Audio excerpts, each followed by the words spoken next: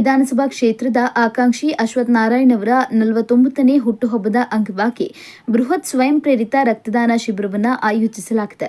ನಿಮ್ಮ ರಕ್ತದಿಂದ ಇನ್ನೊಬ್ಬರ ಜೀವ ಉಳಿಸಿ ಎಂಬ ಧ್ಯೇಯದೊಂದಿಗೆ ನಡೆಯಲಿರುವ ಈ ಶಿಬಿರದಲ್ಲಿ ಸಾರ್ವಜನಿಕರು ಹೆಚ್ಚಿನ ಸಂಖ್ಯೆಯಲ್ಲಿ ಭಾಗವಹಿಸಿ ರಕ್ತದಾನ ಮಾಡುವಂತೆ ಆಯೋಜಕರು ಮನವಿ ಮಾಡಿದ್ದಾರೆ. ಈ ಕುರಿತು ಮಾತನಾಡಿದ ಅಶ್ವಥ್ ನಾರಾಯಣ್ ಅವರು, ತಿಪಟೂರು ವಿಧಾನಸಭಾ ಕ್ಷೇತ್ರದ ಜನರ ಸೇವೆಯೇ ತಮ್ಮ ಪ್ರಮುಖ ಗುರಿಯಾಗಿದ್ದು, ಕಳೆದ ಹಲವು ವರ್ಷಗಳಿಂದ ನಿರಂತರವಾಗಿ ಸಮಾಜಮುಖಿ ಕಾರ್ಯಗಳನ್ನು ನಡೆಸಿಕೊಂಡು ಬರುತ್ತಿದ್ದೇನೆ ಎಂದು ಹೇಳಿದರು. ಸುಮಾರು 286 ಸರ್ಕಾರಿ ಶಾಲೆಗಳ ವಿದ್ಯಾರ್ಥಿಗಳಿಗೆ ನೋಟ್ ಪುಸ್ತಕಗಳು ಹಾಗೂ ಶಿಕ್ಷಣ ಕಿಟ್ಗಳನ್ನು ವಿತರಿಸಿದ್ದು, ಮಹಿಳೆಯರಿಗೆ ಸೀರೆ ವಿತರಣೆ, 5 ಆಂಬ್ಯುಲೆನ್ಸ್ಗಳ ಸೇವೆಗೆ ಚಾಲನೆ, 1000ಕ್ಕೂ ಹೆಚ್ಚು ಹೆಣ್ಣು ಮಕ್ಕಳಿಗೆ ಹೊಲಿಗೆ ಯಂತ್ರಗಳನ್ನು ವಿತರಣೆ ಹಾಗೂ ಅಂಗವಿಕಲರಿಗೆ 3 ಚಕ್ರದ ವಾಹನಗಳನ್ನು ಒದಗಿಸಿರುವುದಾಗಿ ತಿಳಿಸಿದರು. ರಾಜಕೀಯವೆಂದರೆ ನನಗೆ ಕೇವಲ ಅಧಿಕಾರ ಪಡೆಯುವ ಸಾಧನವಲ್ಲ, ಜನರ ಬದುಕಿನಲ್ಲಿ ಬದಲಾವಣೆ ತರುವ ಅವಕಾಶವಾಗಿದೆ. ತಾಯಿಯ ಆಶೀರ್ವಾದ ಮತ್ತು ಜನರ ವಿಶ್ವಾಸದೊಂದಿಗೆ ಸಮಾಜ ಸೇವೆಯ ಪಯಣವನ್ನು ಮುಂದುವರಿಸಿಕೊಂಡು ಬಂದಿದ್ದು, ಮುಂದೆಯೂ ಇದೇ ಸೇವಾ ಮನೋಭಾವದೊಂದಿಗೆ ಕಾರ್ಯನಿರ್ವಹಿಸುವ ಸಂಕಲ್ಪ ಹೊಂದಿದ್ದೇನೆ ಎಂದು ಹೇಳಿದರು. ತಿಪಟೂರು ವಿಧಾನಸಭಾ ಕ್ಷೇತ್ರದಲ್ಲಿ ಅವಕಾಶ ದೊರೆತರೆ ಶಿಕ್ಷಣ ಕ್ಷೇತ್ರಕ್ಕೆ ಹೆಚ್ಚಿನ ಆದ್ಯತೆ ನೀಡುತ್ತೇನೆ.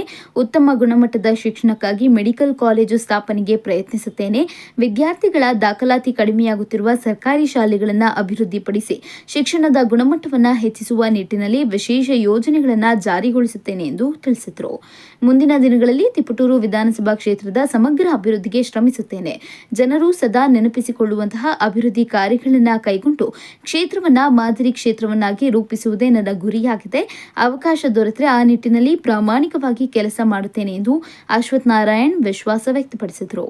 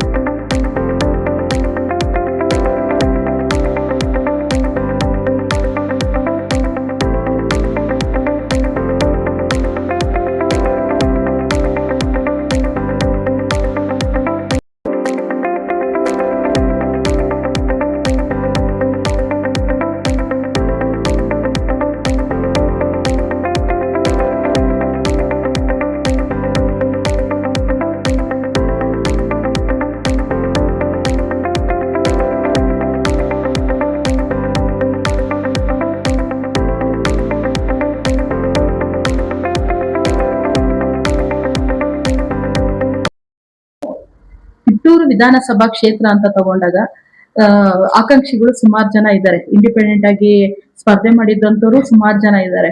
ಆ ಚುನಾವಣೆ ಸಂದರ್ಭದಲ್ಲಿ ಎಲ್ಲೋ ಒಂದ್ ಕಡೆ ಸೇವೆ ಸಲ್ಲಿಸ್ತಾರೆ, ಆಮೇಲೆ ಸುಮ್ಮನಾಗಿ ಹೋಗ್ತಾರೆ ಅಲ್ವಾ ಸರ್? ನೀವು ಚುನಾವಣೆ ಇನ್ನು 2 ವರ್ಷ ಇದೆ. ಈಗ ನಿಮ್ ಬಗ್ಗೆ ಎಲ್ಲ ನಾನು ಕೇಳ್ಪಟ್ಟೆ.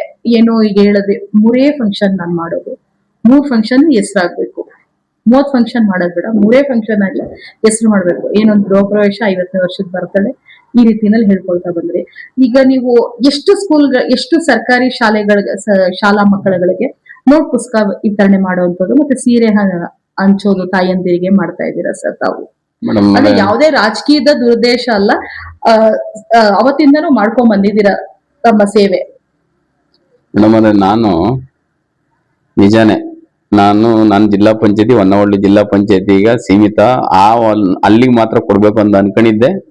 ಬಟ್ ನಮ್ ಜೊತೆಗಿರ್ತಕ್ಕಂಥ ಸ್ನೇಹಿತರುಗಳಾಗ್ಬೋದು, ಲೀಡರ್ ಆಗ್ಬೋದು, ನನ್ನ ಕುಟುಂಬದವ್ರು ಆಗ್ಬೋದು, ಎಲ್ಲಾರು ಸೇರಿ ನಿನ್ ಮುಂದೆ ದೊಡ್ಡ ಕನಸೈತಿ ಅಂದ್ಮೇಲೆ ನೀನ್ ಇಡೀ ತಾಲೂಕ್ ಕೊಡ್ಬೇಕು ನೋಟ್ಬುಕ್ ಗೌರ್ಮೆಂಟ್ ಶಾಲೆ ಎಷ್ಟವೆ ಅಂತ ಅಂದಾಗ BO ಮೇಡಮ್ ಹತ್ರ ಹೋಗಿ ಕೇಳಿ ಅವ್ರ ಹತ್ರನೇ ಅದ್ರ ಲೀಸ್ಟ್ ತೆಗ್ಸ್ಕೊಂಬಂದು 286 ಸ್ಕೂಲ್ಗಳು ಇದೆ.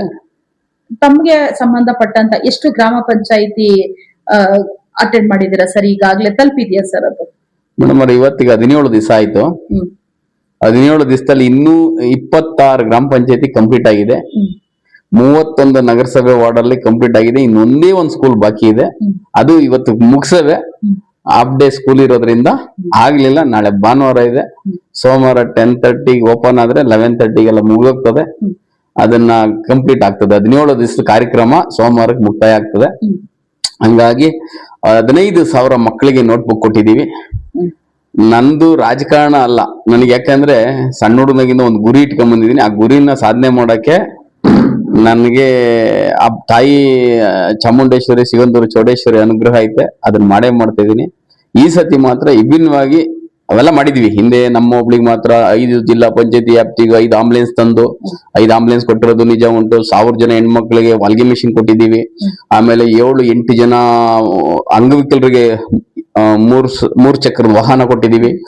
ಆಮೇಲೆ ಇನ್ನ ಕೆಲವರಿಗೆ ಡೋಬಿ ಕೆಲಸ ಮಾಡಂತ ಐರನ್ ಬಾಕ್ಸ್ ಕೊಟ್ಟಿದೀವಿ. ಆಮೇಲೆ ಇದು ಯಾರು ಈ ವುಡ್ ವರ್ಕ್ ಮಾಡ್ತಾರಲ್ಲ, ಈ ಬಾಗಿಲು ಕಿಟಿಗೆ ಮಾಡಂತವ್ರಿಗೆ ಅವ್ರಿಗೆ ಆದಂತ ಒಂದು ಕಿಟ್ ಬರ್ತದೆ, ಆ ಕಿಟ್ಗಳು ಕೊಡಂತ ಕಾರ್ಯಕ್ರಮ ಮಾಡಿದೀವಿ. ಕೆಲವ್ರಿಗೆ ಇನ್ನ ಕಡು ಬಡವರು ಇರ್ತಕ್ಕಂತ ಈ ಹುಲ್ಲುಗೆ ಮೇಲೆ ಟಾರ್ಪಲ್ ಹಾಕಂತ ಅವನ್ನು ವಿತರಣೆ ಮಾಡಿದೀವಿ. ಆಮೇಲೆ ಸುಮಾರು ಕಾರ್ಯಕ್ರಮಗಳೆಲ್ಲ ಮಾಡ್ಕೊಂಡ್ ಬಂದಿದೀವಿ. ನೋಟ್ಬುಕ್ ಕೊಡೋದಿರ್ಬೋದು, ಸೀರೆ ಮುಂಚೆಯಿಂದನೂ ಕೊಟ್ಕೊಂಬತ್ತಿದೀವಿ. ಇವಾಗ ಕಾರಣಾಂತರದಿಂದ ಸೆಂಟ್ರಲ್ 1 ವರ್ಷ 2 ವರ್ಷ ಗ್ಯಾಪ್ ಆಯ್ತು. ಯಾಕಂದ್ರೆ ಪರ್ಸನಲ್ ವೈಯಕ್ತಿಕವಾಗಿ ಏನೋ ಸಮಸ್ಯೆ ಆದಾಗ ಕೊಡ್ಲಿಲ್ಲ ಅಷ್ಟೇ. ಈಗ ನಿರಂತರವಾಗಿ ಇನ್ನು ನಾನು ಶ್ರೀರವರೆಗೂ ಟಿಪ್ಟೂರಲ್ಲಿ ನಂದೊಂದೇ ಆಸೆ. ಸರ್, ನೀವು ರಾಜಕೀಯಕ್ಕೆ ಬರಕ್ಕೆ ನಿಮಗೆ ಪ್ರೇರೇಪಣೆ ಯಾರು ಸರ್? ರಾಜಕೀಯಕ್ಕೆ ಬರ್ಬೇಕು ಅನ್ನೋ ಉದ್ದೇಶ ಹೇಗಿತ್ತು ಸರ್? ಯಾಕಂತಂದ್ರೆ ರಾಜಕೀಯಕ್ಕೆ ಬರ್ಲೇಬೇಕು ಅಂತ ಒಂದು ಆಸೆ ಐತೆ ಮೇಡಮ್ ಅವ್ರೆ. ಯಾಕಂದ್ರೆ ನಾವು ಸಣ್ಣ ಹುಡುಗನಾಗಿಂದನೂ ರಾಜಕೀಯ, ನಮ್ಮ ಹುಟ್ಟೂರಲ್ಲಿ ಇಬ್ಬರು ಬಲಾಟಿಗರ ಮೇಲೆ ನಾನು ಫೈಟ್ ಮಾಡಿ 1 ಓಟ್ ಇದ್ದಿದ್ನ 250 ಓಟ್ ಮಾಡಿ, 250 ಇದ್ದಿದ್ನ 500 ಓಟ್ ಮಾಡಿ ಯಲಹಂಕ ಕ್ಷೇತ್ರದಲ್ಲಿ 2008ರಲ್ಲಿ ವಿಶ್ವನಾಥ್ ಅವ್ರನ್ನ MLA ಮಾಡಿದ್ವಿ. ಎಲ್ಲೋ ಒಂದ್ ಕಡೆ ನನಗೆ ಗ್ರಾಮ ಪಂಚಾಯತಿ ಟಿಕೆಟ್ ಕೊಡ್ಲಿಲ್ಲ, ನೀನ್ ನಿಲ್ಬೇಡ ಅನ್ನೋ ಒಂದೇ ಒಂದು ಕಾರಣಕ್ಕ ಆ ಒಂದು ಮಾತು ತಲೆಗಿಟ್ಕೊಂಡು ನಾನು ಅವತ್ತು ಗುರಿ ಇಟ್ಟನು 224 ಕ್ಷೇತ್ರದಲ್ಲಿ ಎಲ್ಲಾನಾಗ್ಲಿ ನನ್ನ ಶಕ್ತಿ ಮೀರಿ ಸಹಾಯ ಮಾಡಿ MLA ಆಗ್ಬೇಕನ್ನೋ ಆಟ ಛಲ ಅದು ನಿರಂತರವಾಗೈತೆ. ಅದು ಹೋರಾಟ ನಾನು ಉಸಿರಿವರೆಗೂ ಮಾಡೇ ಮಾಡ್ತೀನಿ. 28ಕ್ಕೆ MLA ಆಗೇ ಆಗ್ತೀನಿ ಅಂತ ನನ್ಗೆ ಆ ನಂಬಿಕೆ ಐತೆ. ನಾನು ಸಣ್ಣ ಹುಡುಗನಾಗಿಂದ ಏನ್ ಕಳ್ಕೊಂಡಿದೀನಿ ಅದೆಲ್ಲ ಪಡ್ಕೊಂಡಿದೀನಿ. ಇಲ್ಲೂ ಕಳ್ಕೊಂಡಿದ್ದೆ. ಈಗ ಮೊನ್ನೆ ನಮ್ ಸ್ನೇಹಿತರು ಹೇಳಿದ್ರು, ನಿನ್ಗೆ ಇದಕ್ಕಿನ್ನ ಒಳ್ಳೆ ಕ್ಷೇತ್ರ ಐತೆ ಬಾ ಅಂತಂದ್ರು. ಹಾವೇರಿ ಕಡೆ ಬಂದ್ಬಿಡು, ಬಳ್ಳಾರಿ ಕಡೆ ಬಂದ್ಬಿಡು, ಬೆಳಗಾಂ ಕಡೆ ಬಂದ್ಬಿಡು, ಒಳ್ಳೆ ಕ್ಷೇತ್ರಗಳು ಸಿಗ್ತವೆ, ಕಲ್ಯಾಣ ಕರ್ನಾಟಕ ಬಂದ್ಬಿಡ್ರಿ, ಗೆಲ್ಬಹುದು ಅಂತಂದ್ರು. ಇಲ್ಲ, ನಾನು ದೇವರನ್ನ ಬೇಜಾರ್ ಮುಖ ಮಾಡ್ರಿ 18 ವರ್ಷದಿಂದ ಸತತವಾಗಿ ಟಿಪ್ಟೂರಾಗ ಸೇವೆ ಮಾಡಿದೀನಿ. ನನ್ನ ಸೇವೆ ಮಾಡಿರೋದಲ್ದ್ರೆ ಈಗ ನಾನು ಬಡವ್ರಿಗೆ ನಾನು ಬೇಕು ಅಂತ ಬಯಸ್ತವ್ರೆ ಜನ. ಅವ್ರ ಆಸೆನ ನಾನು ನೆರವೇರ್ಸಂತ ಕೆಲಸ ಇಲ್ಲಿ ಮಾಡ್ಲೇಬೇಕು. 28ಕ್ಕೆ MLA ಆಗೇ ಆಗ್ತೀನಿ ಅಂತ ನಂಬಿಕೆ ಐತೆ. ಆದ್ರೆ ನಾನು 1ನೇ ಕ್ಲಾಸಿಂದ ಡಿಗ್ರಿವರೆಗೂ ಮಾಡಂತ ಹುಡುಗರಿಗೆ ಮೆಡಿಕಲ್ ಕಾಲೇಜ್ ತಂದೇ ತತ್ತೀನಿ ಅಂತ ನನ್ನ ಆಸೆ ಐತೆ. ಮೆಡಿಕಲ್ ಕಾಲೇಜ್ ತಂದ್ಮೇಲೆ ನಂದು ಇವತ್ತು ನಾನು ಹೇಳ್ತಾ ಇದೀನಿ ಇದ್ರ ಮುಖಾಂತರ, ಎಲ್ಲಾರು ಮಶಾಣ ಹುಡ್ಕೊಂಡು ಹೋಗ್ತಾರೆ, ಇಲ್ಲ ಅವ್ರ ತೋಟ ಜಮೀನು ಹುಡ್ಕೊಂಡು ಹೋಗ್ತಾರೆ. ನಾನು ಟೌನ್ ಒಳಗೆ ಒಂದು ಸೈಟ್ ತಗೊಂಡು ನನಗೋಸ್ಕರ, ಬೇರೆಯವ್ರಿಗೋಸ್ಕರ ಅಲ್ಲ, ನನಗೋಸ್ಕರ ತಗೊಂಡು ಅಲ್ಲೇ ನನ್ನ ಸಮಾಧಿ ಆಗ್ಬೇಕು. ಪ್ರತಿ ಒಬ್ಬ ಹುಡುಗನು ನನ್ನ ಹೆಸರು ನನ್ನ ಸಮಾಧಿ ಮೇಲೆ ಬಂದು ಒಂದು ಹೂವು ಇಕ್ಕಿ ನನ್ಗೆ ನಮಸ್ಕಾರ ಹಾಕೊಂಡು ಹೋಗಂತ ಕೆಲಸ, ಒಳ್ಳೆ ಕೆಲಸ ಮಾಡೇ ಮಾಡ್ತೀನಿ ಅಂತ ನಂಬಿಕೆ ನನಗೈತೆ. ನಾನು ಮಾಡೇ ಮಾಡ್ತೀನಿ. ಸರ್, ಎಲ್ಲಿಯ ಯಲಹಂಕ, ಎಲ್ಲಿಯ ತಿಪ್ಟೂರು? ಯಲಹಂಕಕ್ಕೂ ತಿಪ್ಟೂರ್ಗೂ ಸಂಬಂಧ ಹೇಗೆ ಸರ್? ಮೇಡಮ್ ಅವ್ರೆ, ಯಲಹಂಕ ಅಂದ್ರೆ ಈಗ ತುಮಕೂರ್ಗಿಂದ ಇವಾಗ ಇಲ್ಲಿ ನಮ್ಮ ಬೆಳಗಾಂ ಐತಲ್ಲ, ಬೆಳ್ಳಾವಿಗೆ ನಮ್ಮ ಅಕ್ಕನ್ ಕೊಟ್ಟಿದೀವಿ. ಸ್ವಂತ ನಮ್ ದೊಡ್ಡಪ್ಪನ ಮಗಳನ್ನ. ನಮ್ಮ ಅಕ್ಕನ್ ಮಗನಿಗೆ ಇಲ್ಲಿ ಇದು ಏನು ರೇವಂತ್ ಅವ್ರ ಯಾವ್ದು ನೀವು ಸ್ವಲ್ಪ ಬ್ರೇಕ್ ತಗೊಂಡೆ ಮಾತ್ರ. ನಮ್ಮ ಅಕ್ಕನ ಮಗನ್ ಕೊಟ್ಟಿದೀವಿ. ನಾವೆಲ್ಲ ಇಲ್ಲೇ ರಾಜಕಾರಣಕ್ಕೆ ಬಂದಿದ್ದಲ್ಲ, ಇಲ್ಲಿ ಹೆಣ್ಣುಗಳು ಕೊಟ್ಟಿದೀವಿ, ತಗೊಂಡಿದೀವಿ, ಮಾಡಿದೀವಿ. ಇಲ್ಲಿ ನಮ್ಮ ಅಕ್ಕನ ಮಕ್ಕನಿಗೆ ಮದುವೆ ಮಾಡ್ಕೊಂಡಿದೀವಿ. ಆಮೇಲೆ ತುಮಕೂರು ಟೌನ್ಗೆ ನಮ್ಮ ದೊಡ್ಡಪ್ಪನ ಮಕ್ಕಳನ್ನ ಕೊಟ್ಟಿದೀವಿ, ಚಿಕ್ಕಪ್ಪನ ಮಕ್ಕಳನ್ನ ಕೊಟ್ಟಿದೀವಿ. ನಮಗ್ ಸಾಕಷ್ಟು ಈ ಜಿಲ್ಲೆಗೆ ನಮ್ಮ ಬಳಗ ಐತೆ. ಸರ್, ತಾವು ಬೆಳೆದು ಬಂದ ಹಾದಿ ಹೇಗಿತ್ತು ಸರ್? ಯಾಕಂತಂದ್ರೆ ರಾಜಕೀಯಕ್ಕೆ ಬರೋದು ಅಷ್ಟು ಸುಲಭ ಅಲ್ಲ ಸರ್. ತುಂಬಾ ಕಷ್ಟ ಸುಖಗಳು ಏನು ನಾವು ನಡೆದು ಬಂದ ಹಾದಿ, ಕಲ್ಲು ಮುಳ್ಳು ಹಾದಿಗಳಿರುತ್ತೆ.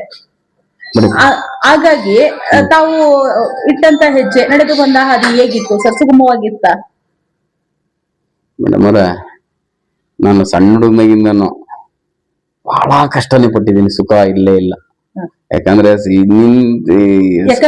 ಆ ಜನರ ಕಷ್ಟ, ನಾಡಿ ಮಿಡಿತ ತುಂಬಾ ಹತ್ರದಿಂದ ಬಲ್ಲಂತವ್ರಾಗಿದ್ರೇನೆ ಸರ್ ರಾಜಕೀಯ ಸೇವೆ ಸಲ್ಲಿಸೋದಿರ್ಬೋದು, ಇಲ್ಲ ಸ್ವಂತ ಹಾರ್ಟ್ಲಿ ಸೇವೆ ಇಲ್ಲ ಕಷ್ಟ ಸೇವೆ ಬರೇ ಸಲ್ಲಿಸುವಂಥದ್ದು ಬರೋದು. ಅಲ್ಲಲ್ಲ ಬರೇ ಕಷ್ಟದ ದಿನಗಳೇ ಐತೆ ಹೊರತಾಗಿ ನಾನು ಯಾವತ್ತೂ ಸುಖ ಪಟ್ಟೋನಲ್ಲ. ಇವತ್ತು ಯಾಕಂದ್ರೆ ನನ್ಗೆ ಆ ತಾಯಿ ಪ್ರೇರಣೆನೋ ಗೊತ್ತಿಲ್ಲ. ಒಂದ್ ಅಲಾರಾಮ್ ಇಕ್ಕಲ್ಲ, ಯಾರು ನಾನು ಎಬ್ಬರ್ಸಲ್ಲ. 4:15 ಪ್ರತಿದಿನ ಎದ್ದೇಳ್ತೀನಿ. ನನ್ನ ದೇವ್ರ ಬಗ್ಗೆ ಅದನ್ನೇ ಕೇಳ್ಕೊಳೋದು. ನನ್ನ ಉಸಿರಿರೋವರೆಗೂ ನನ್ನ ಕೈಲಾಗಿದ್ದು 4 ಜನಕ್ಕೆ ಸಹಾಯ ಮಾಡೋ ಶಕ್ತಿ ಕೊಡು ಅಂತ ಕೇಳ್ತೀನಿ ಹೊರತಾಗಿ ಬೇರೆ ಇನ್ನೇನು ಬೇಡ್ಕೊಳಲ್ಲ. ಹಂಗೆ ನಿರಂತರವಾಗಿ ಹೋರಾಟ ಮಾಡ್ಬೇಕು ಆಸೆ ಐತೆ ನನಗೆ. ಆಸೆ ಏನಂದ್ರೆ MLA ಆಗ್ಲೇಬೇಕು. ಒಂದ್ ಆಟ ನಮ್ಮೂರಾಗ ನನ್ ಗ್ರಾಮ ಪಂಚಾಯತಿ ಟಿಕೆಟ್ ಕೊಡ್ಲಿಲ್ಲ, ಅದನ್ನ ಏನಾನ ಮಾಡಿ ಪ್ರೂಫ್ ಮಾಡ್ಲೇಬೇಕು ಅಂತ ಹೇಳಿ ನನ್ಗೆ ಆಸೆ ಐತೆ. ಆ ಆಸೆನ ಜನದ ಮುಂದೆ ಹೋಗಿ ಭಿಕ್ಷೆ ಬೇಡ ಕೇಳ್ತೀನಿ ಹೊರತಾಗಿ ರಾಜಕಾರಣಿ ಮನೆಗಳಿಗೆ ಹೋಗಿ ಮನೆ ತಕ್ಕ ಹೋಗಿ ಗುಲಾಮ್ ಆಗಕ್ ಹೋಗಲ್ಲ. ಏನೇ ಆಗ್ಲಿ 28ಕ್ಕೆ MLA ಆಗ್ಲೇಬೇಕು ಅನ್ನೋ ಒಂದು ದಿಟ್ಟ ನಿರ್ಧಾರ ಮಾಡ್ಕೊಂಡಿದ್ದೀವಿ. MLA ಮೇಲೆ ಸವಾಲು 100ಕ್ಕೆ 100 ಭಾಗ ಈ ಸತಿ ಟಿಪ್ಪೂರು ಜನತೆ ನನ್ನ ಕೈ ಬಿಡಲ್ಲ, ಮನೆ ಮಗನಾಗಿ ಸ್ವೀಕಾರ ಮಾಡ್ತಾರಂತ ನಾನು ನಂಬಿಕೆ ಇಟ್ಕೊಂಡಿದ್ದೀನಿ. ಆ ತಾಯಿ ಸಿಗಂದೂರು ಚೌಡೇಶ್ವರಿ ಇಡೀ ತಾಲೂಕಿಗೆ ಇರ್ತಕ್ಕಂಥ 2 ಲಕ್ಷ ಜನಕ್ಕೆ ಆ ತಾಯಿ ಪ್ರಯೋಜನ ಕೊಡ್ತದೆ, ಒಳ್ಳೇದ್ ಮಾಡ್ತದೆ ಅಂತ ನಂಬಿಕೆ ಮೇಲೆ ಇದೀನಿ ಮೇಡಮ್. ಸರ್, ಈಗೇನು ತಿಪ್ಟೂರು ವಿಧಾನಸಭಾ ಕ್ಷೇತ್ರಕ್ಕೆ ಏನೆಲ್ಲ ಕೊಡುಗೆ ಕೊಡ್ಬೇಕು ಅನ್ಕೊಂಡಿದ್ದೀರಾ ಸರ್ ತಾವು? ಮೇಡಮ್ ನಾನು 101 ಕೊಡುಗೆ ಕೊಡ್ಬೇಕು ಅಂತ ನಾನು ಹೇಳಲ್ಲ. ಕನಿಷ್ಠ ಆದ್ರೂ 3 ಹೇಳಿದ್ರೆ ಆ 3 ನೆರವೇರಿಸ್ಬೇಕು ಅನ್ನೋದು ನನ್ನ ಸೌಭಾಗ್ಯ. ಆಮೇಲೆ ಆ ಮಾತಿನ ಮೇಲೆ ನಿಲ್ಲುವಂಥದ್ದು ಗುರಿ. ಒಂದು ಒಳ್ಳೆ ಎಜುಕೇಶನ್ ಕೊಡ್ಬೇಕು ಮಕ್ಕಳಿಗೆ. 2ನೇದು ಒಳ್ಳೆ ಮೆಡಿಕಲ್ ಕಾಲೇಜ್ ತರಬೇಕು ಅನ್ನೋದು ಒಂದು, ಒಳ್ಳೆ ಹೈಟೆಕ್ ಮೆಡಿಕಲ್ ಹಾಸ್ಪಿಟಲ್ ಒಂದು. ಇನ್ನೊಂದು ಏನಾಗೈತೆ ಅಂದ್ರೆ ನಾನು 286 ಹಳ್ಳಿಗೆ ಹೋದೆ. 1 ಮಕ್ಕಳು 2 ಮಕ್ಕಳು 3 ಮಕ್ಕಳು ಇರ್ತಕ್ಕಂಥ ಸ್ಕೂಲ್ಗಳು ಜಾಸ್ತಿ ಅವೆ. ಆಮೇಲೆ ಇಲ್ಲಿ ಪ್ರೈವೇಟ್ ಸ್ಕೂಲ್ಗಳು ಆವ್ಲಿ ಜಾಸ್ತಿ ಆಗ್ಬಿಟ್ಟಿದೆ. ದಂಧೆ 8 ಲಕ್ಷ 9 ಲಕ್ಷ 20 ಲಕ್ಷ ಅದು ದಂಧೆ ಆಗಿ ಕುಂತ್ಕೊಂಡ್ಬಿಟ್ಟಿದೆ. ಯಾಕಂದ್ರೆ ಈ ತೆಂಗಿನಕಾಯಿಗೆ ಬರ್ತಕ್ಕಂಥ ದುಡ್ಡೆಲ್ಲ ಸುಲಿಗೆ ಮಾಡ್ತಾವ್ರೆ ಈ ಪ್ರೈವೇಟ್ ಸ್ಕೂಲ್ನವರು. ಅದನ್ನ ಈ ಕಮರ್ಷಿಯಲ್ ಆಗಿರೋದೇನೇನೆ ಏನಂತಂದ್ರೆ ಸರ್, ಹಾಸ್ಪಿಟಲೈಸ್ ಎಜುಕೇಶನ್ ಎರಡೂನು ತುಂಬಾ ದುಬಾರಿ ಆಗಿದೆ ಸರ್. ಮಿಡಲ್ ಕ್ಲಾಸ್ ಫ್ಯಾಮಿಲಿಗಂತೂ ಕೈಗೆ ಎಟುಕುವ ದರನೇ ಇಲ್ಲ ಅದು. ಈಗ ಅದಕ್ಕೆ ಉದಾಹರಣೆ ಹೇಳ್ತೀನಿ ಕೇಳಿಸ್ಕೊಳ್ರಿ. ಮೊನ್ನೆ VT ಆದವ್ರವರು ಕಾಲ್ ಮಾಡ್ತಾರೆ, 1 ಲಕ್ಷ ಸ್ಯಾಲ್ರಿ ಕೊಡ್ತೀವಿ ಗೌರ್ಮೆಂಟ್ ಡಾಕ್ಟರ್ ಆಗಕ್ ಬಂದ್ರಿ ಅಂದ್ರೆ ಒಬ್ರು ಹೋಗ್ತಾ ಇಲ್ಲ. ಯಾಕಂದ್ರೆ ಅದ್ರ ದಂಧೆ. ಯಾಕಂದ್ರೆ ನಾನು ಡಾಕ್ಟರ್ ಆದ್ರೆ 1 ಅವರ್ ಕೆಲಸ ಮಾಡಿದ್ರೆ 5 ಲಕ್ಷ ದುಡಿಬಹುದು. ಯಾಕೆ ನಾನು ಗೌರ್ಮೆಂಟ್ ಹಾಸ್ಪಿಟ್ಲ್ ಹೋಗ್ತಾರೆ? ಅದಕ್ಕೆ ನಾನು ಹೇಳ್ತಿರೋದು, ಗೌರ್ಮೆಂಟ್ ಹಾಸ್ಪಿಟ್ಲ್ಗಳು ಮುಚ್ಚಬೇಕು, ಪ್ರೈವೇಟ್ ಸ್ಕೂಲ್ಗಳು ಮುಚ್ಚಬೇಕು. ಎಲ್ಲ ಪ್ರೈವೇಟ್ ಸ್ಕೂಲ್ ಮುಚ್ಚಬೇಕು, ಪ್ರೈವೇಟ್ ಹಾಸ್ಪಿಟ್ಲ್ ಮುಚ್ಚಬೇಕು, ಗೌರ್ಮೆಂಟ್ ಹಾಸ್ಪಿಟ್ಲ್ ನೆರವೇರಿಸಬೇಕು, ಗೌರ್ಮೆಂಟ್ ಸ್ಕೂಲ್ ಮಗೆ ಎಜುಕೇಶನ್ ಕೊಡ್ಬೇಕು. ಅಲ್ಲಿಂದನೇ ಮಕ್ಳು ಇವತ್ತು, ಯಾಕಂದ್ರೆ ಹೈಯೆಸ್ಟ್ ಮಾರ್ಕ್ಸ್ ತೆಗಿತಾರೆ ಗೌರ್ಮೆಂಟ್ ಶಾಲೆಯಲ್ಲೇ, ಪ್ರೈವೇಟ್ ಅಲ್ಲಿ ಇಲ್ಲ. ಹಂಗಾಗಿ ಇವೆಲ್ಲ ಮುಂದಿನ ದಿನಗಳಲ್ಲಿ ಇವೆಲ್ಲ ಏನ್ ಉನ್ನತ ಅಧಿಕಾರಿಗಳಾಗಿದ್ದಾರೆ, DC ಅವರಾಗಿದ್ದಾರೆ, ಅವರೆಲ್ಲರೂ ಸರ್ಕಾರಿ ಶಾಲೆ, ನಮ್ಮ ಸಿದ್ಧಗಂಗಾ ಮಠ ಇರ್ಬೋದು, ಆದಿಚುಂಚನಗಿರಿ ಮಠ ಇರ್ಬೋದು, ಅಲ್ಲಿಂದ ಎಲ್ಲ ಬೆಳೆದು ಬಂತ ಒಂದು ಕಷ್ಟದಿಂದ ಬೆಳೆದು ಬಂದಿರೋರೇ ಸರ್ ಇವತ್ತಿನ ದಿನ ಉನ್ನತವಾದ ಅಧಿಕಾರಿಗಳಾಗಿರೋದು ಸರ್. ಅಲ್ಲ, ಖಂಡಿತ. ಯಾಕಂದ್ರೆ 224 ಕ್ಷೇತ್ರ, 28 ಜಿಲ್ಲೆ ಬರ್ತವೆ. 28 ಜಿಲ್ಲೆಗೆ 28 DC ಆಗಕ್ಕಾಗೋದು. 18 ಲಕ್ಷ ಮಕ್ಕಳು ಓದ್ತಾರೆ.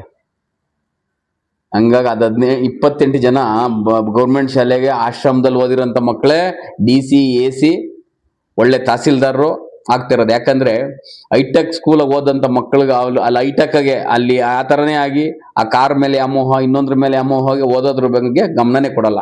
ಯಾಕಂದ್ರೆ ಬಡತನ ಗೊತ್ತಿದ್ದು ಗೌರ್ಮೆಂಟ್ ಸ್ಕೂಲಲ್ಲಿ ಓದಿರೋ ಮಕ್ಕಳೇ ಇವತ್ತೇನ ಒಳ್ಳೆ ಉನ್ನತ ಸ್ಥಾನದಾಗಿರೋದು. ಅದಕ್ಕೆ ಗೌರ್ಮೆಂಟ್ ಶಾಲೆ ಉಳಿಸ್ಬೇಕು, ಗೌರ್ಮೆಂಟ್ ಹಾಸ್ಪಿಟ್ಲ್ ಉಳಿಸ್ಬೇಕು, ಪ್ರೈವೇಟ್ ಹಾಸ್ಪಿಟ್ಲು ಪ್ರೈವೇಟ್ ಸ್ಕೂಲ್ಗಳನ್ನೆಲ್ಲ ಮುಚ್ಚಬೇಕು ಅನ್ನೋದು ನನ್ನ ಆಸೆ ಮೇಡಮ್. ಅದೆಲ್ಲ ದೊಡ್ಡವ್ರದ್ದು ದಬ್ಬಾಳಿಕೆಯಿಂದ ನಡೀತಾ ಇರೋದು ಮೇಡಮ್. ಮುಕ್ಕಾಲ್ ಭಾಗ ಏನ್ ಸ್ಕೂಲ್ಗಳಿದೆ ರಾಜಕೀಯದವ್ರು ಇವೆಲ್ಲ ಹೋಗ್ಬಿಟ್ರೆ ನಮ್ಮ ರಾಜ್ಯ ಸುಭದ್ರವಾಗಿರ್ತದೆ ಅಂತ ಅನ್ನಕ್ಕೆ ಇಷ್ಟಪಡ್ತೀನಿ.